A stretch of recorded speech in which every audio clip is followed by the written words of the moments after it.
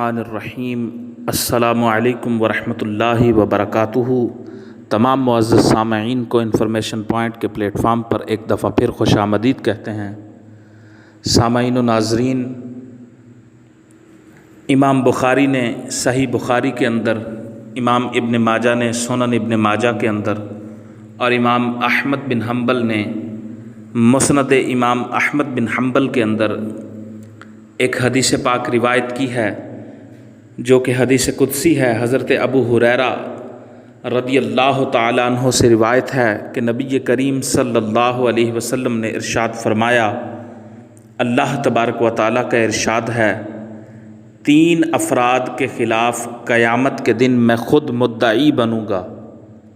پہلا وہ شخص جس نے میرے نام پر معاہدہ کر کے توڑ دیا، دوسرا وہ شخص جس نے کسی آزاد آدمی کو بیچ کر کھایا، اور تیسرا وہ شخص جس نے کسی مزدور سے مزدوری کروائی اور اس سے خوب کام لیا پھر اس کی اجرت ادا نہ کی۔ سامعین و ناظرین، یہ بہت سخت وعید ہے۔ اس حدیث شریف میں جن بدبختوں کے خلاف خود اللہ تبارک و تعالی مدعی ہو اور خود مقدمہ دائر کرے، ان کی ہلاکت میں کیا شک ہو سکتا ہے؟